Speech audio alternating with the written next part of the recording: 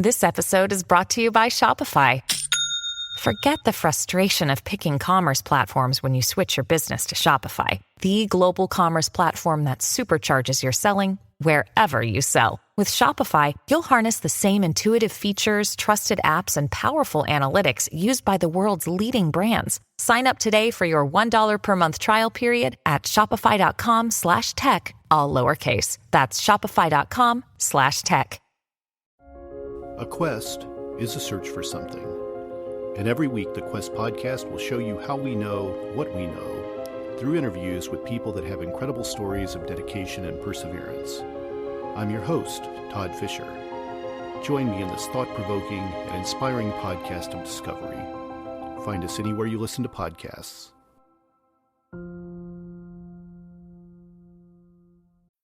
This episode is brought to you by Bumble.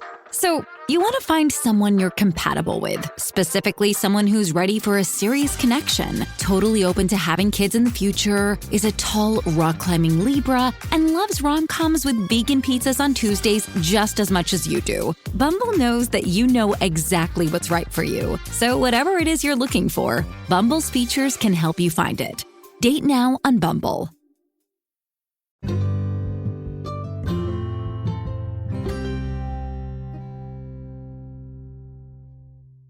Hi, everybody, and welcome back to A Catholic's Perspective, the podcast all about being a young Catholic surviving in a secular world. Today, I have a very special guest for you. Father Robert Nixon is joining us today to discuss his new book, which is called Solitude and Silence, The Cloister of the Heart. It's a translated book from Saint, I don't actually think he's a saint yet, but Thomas à Kempis. And I'm just so excited to talk about this book. Welcome, Father. Thanks very much, Amber. It's great to be with you. Absolutely. Thank you so much for coming on. I'm a huge fan of Thomas à Kempis. And why don't you let the listeners know a little bit about yourself before we get started? Yeah, so I'm a Benedictine monk and a priest. I'm here at the monastery at New Norcia in Western Australia. And this is the oldest religious community in Australia. We were founded way back in 1846. Wow. As a mission to the Indigenous people here. We're the only religious community in Australia founded by Spanish monks. And so our monastic village here is like a little piece of medieval Spain in outback Australia. And we continue today as a place of prayer, as a place of hospitality. People come here for retreats and so forth. And the monks lead the contemplative, enclosed life according to the rule of Saint Benedict. And we provide a witness to the faith for people. You know, we live according to Christian values, a life of simplicity, a life of relative austerity. And we're also a place where people can escape from the city, from the busyness of their lives, and come here and spend time in prayer and contemplation. Wow, that's amazing. Do you guys have like retreats and stuff that people go on, or could they just visit? No, we have retreats, absolutely. So if anyone wants to check us out, if you look up Google New Norcia and you'll come to our website, you'll see everything that goes on here. And we have a whole range of things which are going on. We see providing spiritual hospitality to people as one of our key ministries at this point in time.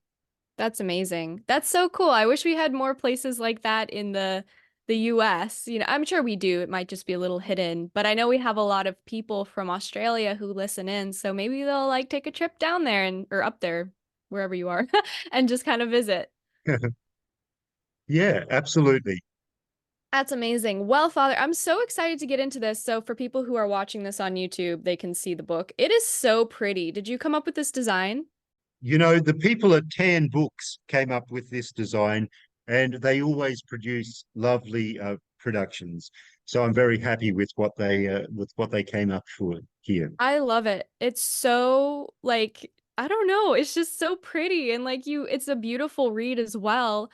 And I love just having it on my bookshelf. I'm like, oh, I want to read it. It's so pretty. And I think we need more pretty books because the beauty of something makes you inspired to pick that thing up. And I don't think we have Yeah. very many pretty books these days. No, I mean, it makes reading it a pleasure, and it makes you realize that this book is something which you'll buy and then you'll keep for the next 20, 30, for the rest of your life, for that matter. So Oh, yeah. yeah, it's a wonderful production Tan have done, and I'm always very pleased to work with them. That's amazing. Well, I'm so glad that you got this book out. And this isn't the first book you've translated, correct? No, I've translated actually a whole bunch of different books for Tan. I think probably about a dozen at this point. Wow. That's And amazing. yeah, and it's a great love of mine.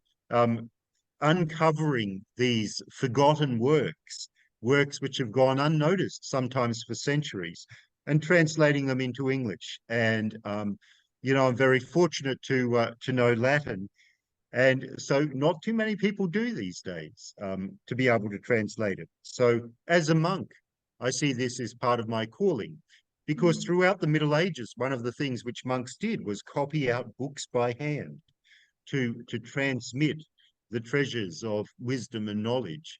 And so in my own way, I'm continuing that part of our monastic vocation. That's fantastic. I mean, it's such a I don't, it's like you said, people don't do it these days. You go to the traditional Latin Mass, people usually don't know what's going on in the Mass because they don't speak Latin, but people don't realize Latin is a universal language of the church. And everyone used to know Latin so that no matter where they went in the world, they would be able to go to Mass and understand it. And I think, that's something that we've lost that we should really bring back. But I think it's fantastic that you know, you're able to pair with tan books and translate these great books. Are they the ones that provide you with the I guess the subject matter, or do you find it yourself? And how do you do that? No, so Amber, I normally find it myself, because I'm always reading very old books. Here we have in our monastery a library of over 80,000 books Wow, dating back wow, dating back to the 1400s. So it's quite an astonishing number of things that we have here. And so I explore things, and if something strikes me as being very interesting that contemporary readers would benefit from reading, then I suggest it to Tan, and they'll say, well, think about it, see if it's something they think is right for them, and then I go ahead and translate it. And yeah, so as well as translating, I kind of consider myself a bit of an archaeologist of spiritual literature of the past, that there are lots of treasures lying, untranslated, and to bring them out.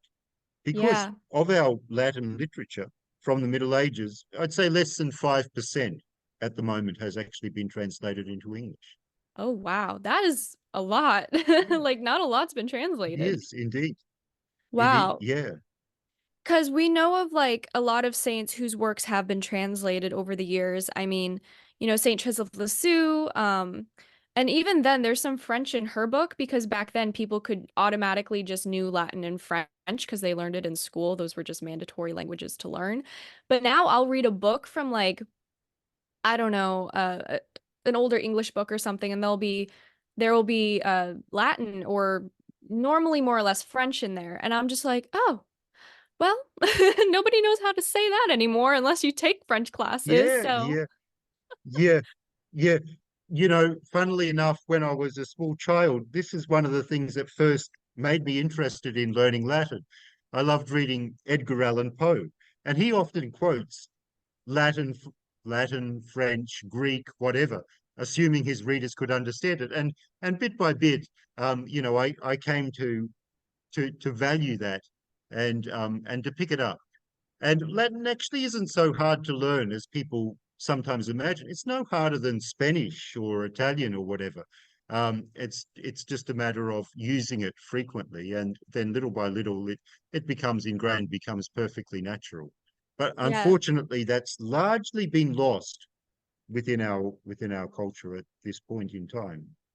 which is really sad because it's also such a beautiful language and people don't realize, I mean, people might, but um at least these days, a lot of people don't actually realize that a lot of, languages we have today are from Latin. They originated from Latin and they're a little tweaked by American, slang or whatever. But for the most part, Yeah, most of the language we have today is because of Latin.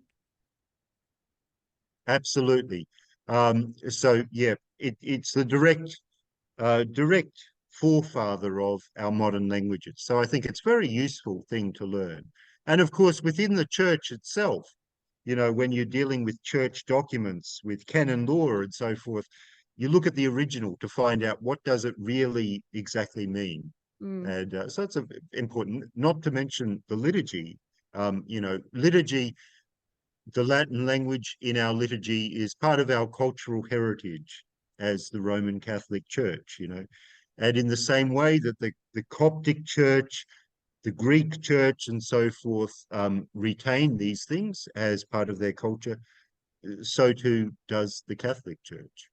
yeah. And I think that's something we've kind of lost these days. And, we have this beautiful language that's such a sacred language. You don't use sacred Latin outside of the Mass. And so that makes it even more special because there's two types of Latin, correct? There's like the one that you would usually use to talk, and then there's the sacred liturgy Latin. I don't know if I'm saying that Yeah, right.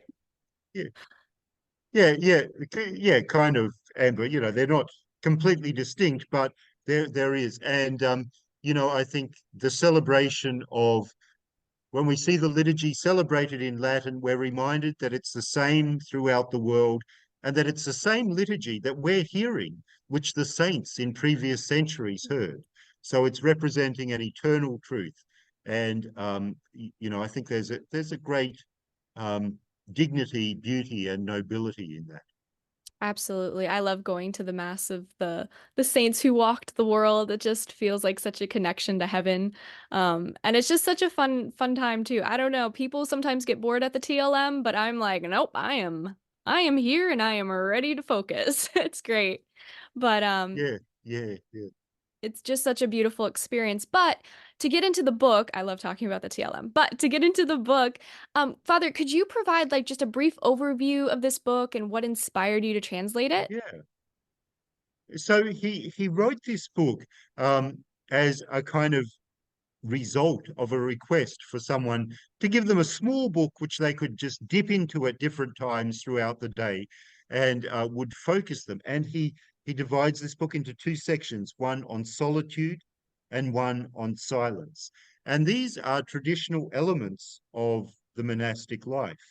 You know, part of the idea of being monks is that we cultivate this opportunity for contemplation through solitude and through silence.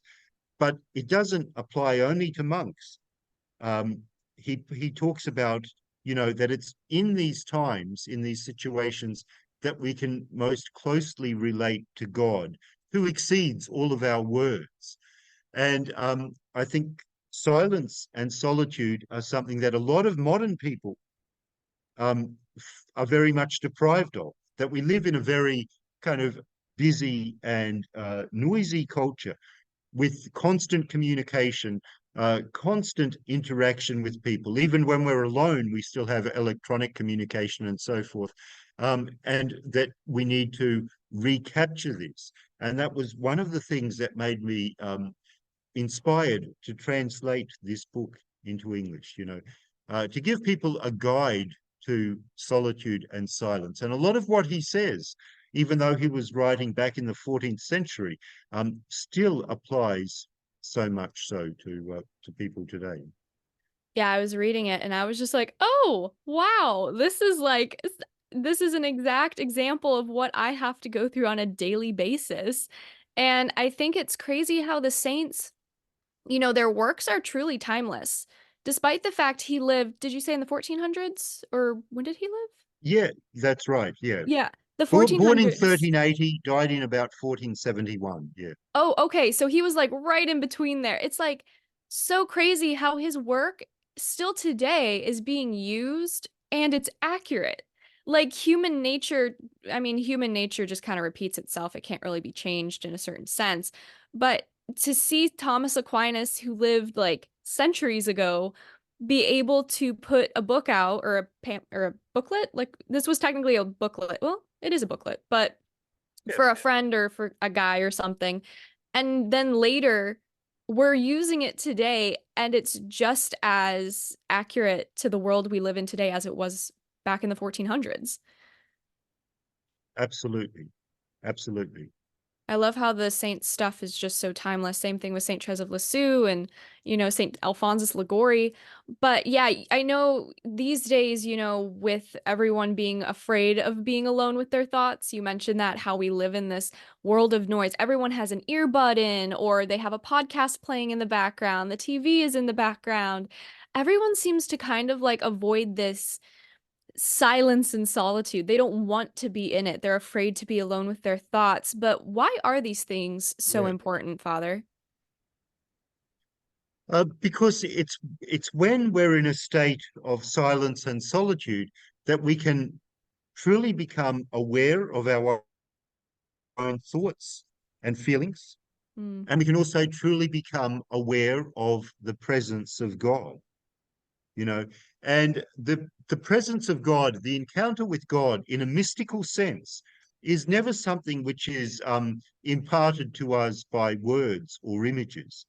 It's something which only comes to us as a result of entering into meditation and then contemplation and then this kind of leaving behind of all worldly things, leaving behind all the distractions of the world, ultimately leaving behind even our own thoughts and concepts and everything, to enter into communion with which is utterly beyond us. And then after we've experienced that, this mystical experience of God, I think is something which a lot of people have, but it can't be then communicated to other people. You can't tell other people what it was like because it transcends words. And for that reason, we need to free ourselves from the kind of empire of words and thoughts, and putting things into nameable categories and sharing things so that we can enter into this supreme freedom in which we encounter God. mm, And a lot of people, I think today, are led into a kind of personal shallowness yeah. because of constant communication. And if you think about it, if you're having to communicate with people, you know, every waking hour, then what does that effect have on your depth of thought, Mm. on your capacity to reflect on yourself and so forth? That you find yourself just, spinning words at a very superficial level. And I think that is very much the case with electronic engagement today, different kinds of social media, which have become a more or less constant thing for a lot of people, especially younger people. And to recognize that this actually is a kind of tyranny. This is reducing our freedom, our personal identity, and our capacity to relate to God as individuals. Because when we want to meet with God, you know, um, we go into a space in which it's us alone with Him alone. And when we get into that space, there's a communication taking place. But this communication is not taking place by means of words. Mm. It's a communication which transcends words, of pure love.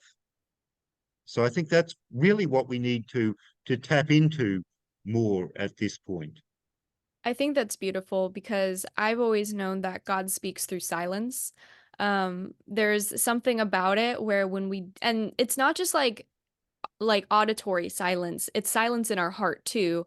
I think a lot of the time, even when we turn off the outside world, we carry it with us and we kind of, I don't know, stew in it. And it's hard for us to come out of ourselves and to come out of the noise in our own heads because we're so overstimulated these days. And so it takes extra effort for us to have to sit down in a quiet adoration chapel and not do anything. Everyone's so hyper just into everything all the time. And it was bad when I was a kid. I remember kids having, focus issues and stuff with the flip phones and the Blackberries. But now, like 2-year-olds have smartphones. Kids have iPads at restaurants. And people think, oh, my kid's fine, but they can't sit still for like 5 seconds. And I know kids aren't meant to sit still, but when I was a kid, I was able to focus. I was able to sit down, focus on one task, and I did that one task for at least like 30 minutes to an hour. And now kids can't even do that. It's like one thing to another to another. And as adults, when we grow up in that way and all that chaos, we never find peace. So our soul is restless until it rests in Christ, as Saint Augustine says.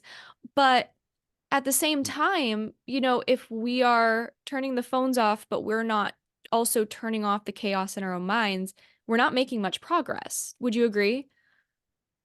Yeah, absolutely. And we can't turn off the chaos in our mind in just an instant. Hmm. It's like a bit like water being stirred up. If you wait for long enough, it will reduce, it will come and settle. But you need to be patient for that to happen. And so I think that we need to commit ourselves to extended periods of silence and solitude, to get into the habit of being able to shut off these thoughts and distractions. And I think it's also a very useful thing, um, to observe what it is which is distracting us when we're alone. What are the thoughts which come to us when we've got nothing to do, when we're just kind of sitting there. And this can be a very useful diagnostic tool, because it can reveal to us what is our source of anxiety or concern and so forth. Yeah, I think So that's even important. in itself, the silence, is teaches us something about ourselves, you know, Mm. Yeah, I think and that's this is so important. yeah, I think that's important because I think with silence these days, people have always asked me like, why doesn't God speak to us like he does in the Old Testament? And I'm like, because we have so much noise. Back then, all they had to worry about was like sheep buying and stuff. And like now we have cars and, all this stuff. And I mean, it's probably not the only reason, of course, but we hear of these beautiful moments of God coming to people, and usually it's in prayer or it's in a moment in life where that person's going down a bad road. But most of the time, when I've heard of saints discuss their connections with God, it's during meditative prayer in silence. That's where they feel that connection with God, when they're alone with their thoughts, when they can actually allow God in, because their mind and their heart isn't being, the space in their mind and heart isn't being taken up by other things. Yeah, that's absolutely right, Amber. And I think a lot of the time when people are discerning, when they're making a decision or something, God is actually speaking to us all the time. It's just that we're not always taking the time to listen to what he's saying. Mm. And people very often, when they find themselves alone and in silence, they realize that they know the answer to their question already, that it's been there. God's been communicating it to them all along. And it just that experience of silence and solitude is what allows them to connect with that answer. Mm. Yeah, that's so So interesting. yeah, so I'm a firm believer of taking, when we've got a dilemma or a decision in life, taking it to prayer. Mm. And in that prayer, we discern what, basically, we often discern what we know already. You know, the correct decision is already there. It's just a matter of clarifying it, of coming to terms with it. And this doesn't happen, of course, through a lot of talking, Right, because talking is dialogue, multiple points of view all the time. right. I think also it's important because I believe I think it was Saint Thomas Aquinas who said like talking too much is like not a sin necessarily, but it's not good. Like I don't remember exactly who Yeah, said it, but because the more you talk, the less you hear yourself and you just keep going and going and going, and there's no room yeah, for like response. And yeah, I forget who said that. yeah. Yeah, I think it was actually Saint Benedict. That's something that he Oh, mentions in his rule. He says, in much talk, you won't avoid sin. And this that's is it. something which Thomas à Kempis talks about here. He talks about the dangers of long conversation. And if I just he talks about all of the things that can emerge, and you think about, if you have a long conversation with a person, not that that's always a bad thing, of course, but very often it's when gossip starts to pop up, when detraction, you start to talk about someone who you both know and find faults with them. When speculation, when you start to talk about, what's going to happen, what's going to be the result of this. So there are a whole multitude of sins of speech. And we probably, most of the time, we don't consider them so serious as, sins of action. But if you think about it, if we gossip about someone, if we detract from them, if we criticize them, if we damage their reputation, we're actually doing them an injury. Mm, And in the same way that we would know it's a sin if you go over and punch someone or kick someone. Well, of course, it's also a sin just as much if you hurt someone's reputation through speech. right. And this is, I think, one of the dangers. The more time we spend talking with other people, the more likely we're going to slip into these things. And not only gossip and detraction, but also vulgarity and crudity and profanity and so forth. I've noticed that as well, especially I've only really seen it amongst girlfriends because I think women can really fall into that trap of just ba ba ba ba ba ba ba ba. I've witnessed it Yeah. with some I men. mean, men do that too, though. Yeah. Yeah. The guys sometimes do it with themselves and it's just like, okay. But when the women do it, I find myself sucked into it because I'm like, wait, who did what? Like, I know her. Like, wait, what did she do? Yeah. And then I'm like, wait, wait, wait. I'm like, nope, no, we're not talking about this. Or sometimes I just have to remove myself from the conversation because they're just going at it, and I'm just like, okay, I'm gonna take a break. Yeah. But yeah, I found the chapter you were talking about. It's on page 39. And I love this little quote right here. It says, "It is very rare to find any spiritual edification to result from a prolonged, what is that? Qualicky? Qualicky? I can't pronounce Yep. words. Colloquy. Yeah. Like conversation. Yes, indeed, unless there is a particular topic which is being discussed and a particular purpose for discussing it, it is almost inevitable that the conversation will slip into frivolity. I don't know these words. Yeah. Frivolity. Or murmuring or gossip if it is sufficiently prolonged. See, I usually have Google with me to translate Yeah. certain words. I'm dyslexic, so I'm like, I'm doing okay. Um, but I think that's so true because I'll be out with a friend and for an hour we'll just like catch up and we'll talk about specific things. But after that hour, we start going into like, oh, so updating you on so and so. And I'm like, ooh. And I've Oh, always yeah. noticed that after a couple minutes, it's just like, oh, now we're getting into other people's lives because we've already gone over our own lives. So now we have to go over other people's lives. It's crazy how Yeah. that works. That's right. And I think it's a part of it. I mean, it's a kind of human instinct, perhaps part of our fallen nature, to concern ourselves with, other people's lives and other people's business. And normally not in a positive way. Often when we start to talk about other people, we don't talk about how great they are. Yeah. We start to pick out their faults and everything. And interestingly, within our Benedictine life, within our monastic life, we have times of strict silence. At other times, we try to keep the conversation to not an absolute minimum. We're friendly to each other, we're sociable with guests and so forth. But at the same time, we don't go into very prolonged conversations, Mm, unless, of course, it's a situation of spiritual direction. And you can show just as much friendliness and care to another person through a short conversation as you can through a long conversation. You mm, can talk about a person, how they're going, how their life is, and everything. And this can be done, just as well in a few hundred words as it can be done in 10,000 words. right. And I think that's because so it's a interesting. gesture. It's a Okay. gesture of showing that we care, that we're interested.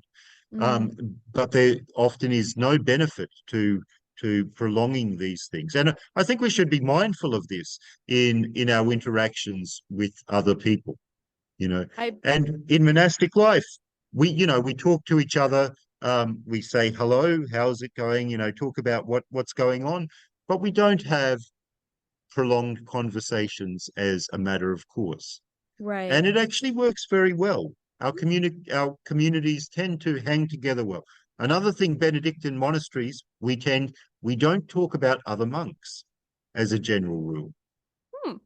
So amongst the brothers, we all treat each other as equals. We're not particular friends with any one monk or any two monks, but everything is just out in the open. We don't assume confidentiality as well. So Mm, anything we say to another monk, is we're happy if it's passed on. I think that this is a principle which other people who are not monks can also usefully apply to their life. And it actually is a kind of empowering thing because it makes you in control of the information you're giving out, of the opinions you're giving out, and so forth. To realize that everything we think and feel in our heart doesn't necessarily have to be shared with someone mhm. else. I It's think always that's shared with beautiful. God. Yeah. Yeah. I think that's beautiful and why, prayer journaling is so important, or just journaling in general, because especially for those of us who feel like we have to get the feelings out and things, the most healthy way to do that is through prayer journaling. But then there are some people where it's like if you don't gossip with them, if you don't talk to them about this stuff, they feel like they're not your friend.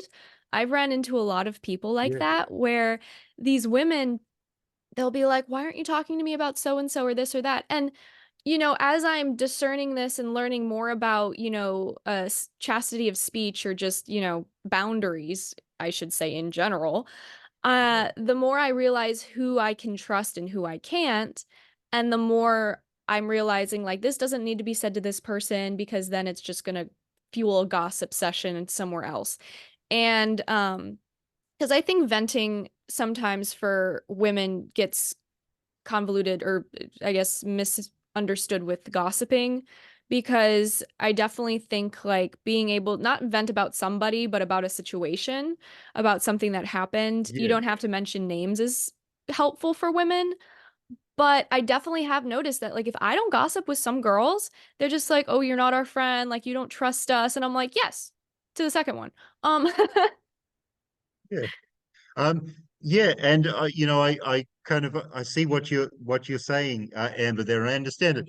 Maybe a solution might be when another person comes up to talk about them positively, Ooh, you that's know, not a bad idea. and yeah. So, when someone comes up in the course of gossip, talk about what wonderful work they're doing, or how much you appreciate what they do and their company and so forth. And I think this is something we don't often do. Mm. We when we talk about other people when they're not here, um, I guess there's a general tendency to talk about them in a negative way for one reason or another, but to think, well, to look on people's good sides. I think this is a very important general principle in life. Not to judge others. That's really the role of God. And of course, sometimes we do need to vent or complain, but to be very judicious about the people who we do that with. Mm. And for people in religious life, you normally have, as well as a confessor, you normally have a spiritual director or so forth. I think it's a good idea for lay people also to have someone who's like a spiritual director, if not necessarily a formal spiritual director, a person who they can share everything in their life with. And, it might be your mum, it might be your sister, or whatever it might be, but someone who is preferably outside of the circle of the situation. Mm. And That's so this is true. why in monastic life, we normally have a spiritual director who's not a monk within our Oh. community, because what we need to talk about is probably things within the community. Hmm. So it makes more sense then to vent with a person who is completely outside of that situation. Yeah, I never really thought about that. I think also, when people say all this stuff, I always think to myself, I'm like, never say this to that person's face. Because I feel like if you can't say it to their face, then you probably shouldn't be saying it at all. Because if you're fine with that going back and, being able to say that in someone's face, that's one thing, I guess. And maybe you should have your anger issues checked out. But I definitely think that, if you're not willing to actually say it to them, you shouldn't say it to another person. That's like that's Yeah. kind of how I've been measuring certain things as Yeah. introducing myself into this idea of just like, okay, not everything needs to be shared because there is an issue, this pandemic of a lack of emotional chastity, I feel like. Everybody shares everything, especially online. I mean, there are trauma dump TikToks. There are women who just share everything about their lives, about their husbands, relationships, their kids. And these poor kids are just sucked into this hole of social media before they're even able to talk. And I think there is a real big issue of emotional chastity today. There's none of it almost. And I think books like this are really important to bring our attention Yeah. to that and be able to be like, "Oh, Yeah. hey, maybe this is something I need to work on."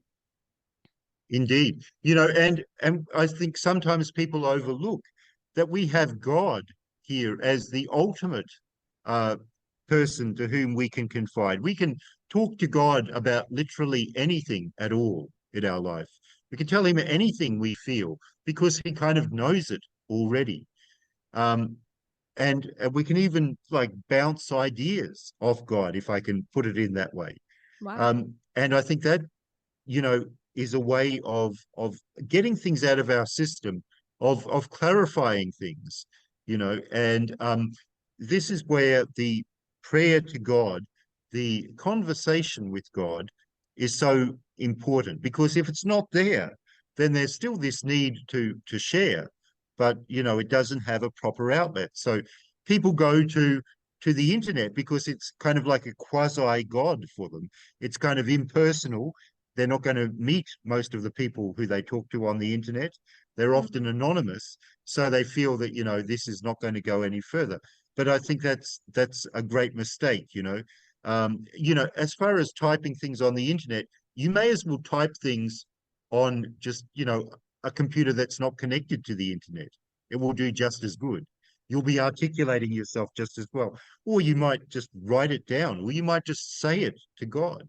It's going to have just the same effect, and this, I think we need to view this kind of communication as a process of self-clarification. The reason that people communicate things is that they want to get their own ideas and feelings more clear to themselves. But the best way of doing this is actually through prayer, not Mm. through other people. I think that's so And profound. then Go yeah, ahead. and this prayer, um, you know, it makes us in relation with God more autonomous. So we're less then dependent upon our social network and so forth. And I think it's for this reason that people who are of few words generally come across as being stronger individuals, Mm. generally come across as being wiser individuals than people who need to speak all the time. Um, and I think coupled with this is an element of Christian charity that people need others to listen to them. Right. And if we can consciously take on that role as the listener in social situations, in conversations, to go in and think, well, I'm going to listen to people. I'm not necessarily going to share my own opinions or my own feelings about these things, and that can do wonders. I think that's really Um, interesting because also I've noticed as well those who don't share as much, those who don't share as much about their life, people are almost drawn to them in a way because they're unproblematic. they don't have these problems that they're making everyone else's problems. And I definitely think they're better listeners because they listen and then they're like, okay. And then people are like, well, are you going to like give anything back? And they're like, no, I'm just here to listen, because their problems aren't the world's problems. Whereas today, a lot of the times people just talk and talk and talk and they make it everybody's problem, whatever their problem is. So I think the people who Hmm. don't speak as much, people are drawn to them because they don't have that many problems, or, well, it doesn't seem like they do, you know? Yeah, yeah. Um, Absolutely. So I think, yeah, even at a social level, this restraint in speech is a useful thing to cultivate. Yes, I completely agree. And who would you recommend this book to? Like, is it for everybody? Do you think there's a specific niche that it's meant to meet, or what do you think? Yeah. So, he talks about quite a few things here. He wrote this book um, I think it's fair to say he wrote it for young people. So someone who had requested him, this thing of this piece of advice about being comfortable with silence and solitude. So, it's probably best suited for people who don't have much of that in their life and Mm, perhaps recognize that, I need to have more of this um, to then reflect upon how they interact with others, how they share, on the sins which are associated with speech. So I would think that this book is really suited for young people who are part of this culture of over communication, um, as well as people who feel within their heart a longing for solitude and silence, because it puts it in the proper spiritual context. I think that's fantastic. And I've definitely gotten so much out of this book. So I'm so glad that you found it and you decided to translate it. Otherwise, we never would have known it existed, you know? Yeah, thanks, Amber, and it's been great to be able to share about this book and this very important theme with your listeners today. Yes, I'm so excited that they'll be able to go out and buy this book. Guys, you can go buy the book Solitude and Silence, translated by Father Robert Nixon on Tan Books. And you can use my affiliate link in the description below for 15% off just to help out. But Father, thank you so much for coming on and being able to just speak to us about this topic. I think it's so important, especially in today's world. So just thank you so much for doing this. Thank you, Amber, and may God bless you and all of your listeners today. Thank you. And with all that being said, guys, I hope that this podcast has helped you, and I'll talk to you guys in the next one. Do you have questions or comments about today's episode? Email me at thereligioushippie@gmail.com or leave a voice message at anchor.fm/thereligioushippie. I'd love to hear your thoughts. Thanks for listening. This episode is brought to you by Kia's first 3-row, all-electric SUV, the Kia EV9, with available all-wheel drive and seating for up to 7 adults, with 0 to 60 speed that thrills you 1 minute, and available lounge seats that unwind you the next. Visit kia.com/EV9 to learn more. Ask your Kia dealer for availability. No system, no matter how advanced, can compensate for all driver error and or driving conditions. Always drive safely. Thank you for listening to this podcast. Please be sure to rate and review this episode. This podcast is produced by Amber Rose and distributed by Metacortex Publishing. This podcast is copyright by The Religious Hippie, NFP. Any previously trademarked or copyright content is used by permission. Information and opinions stated in this podcast should not be construed as medical advice.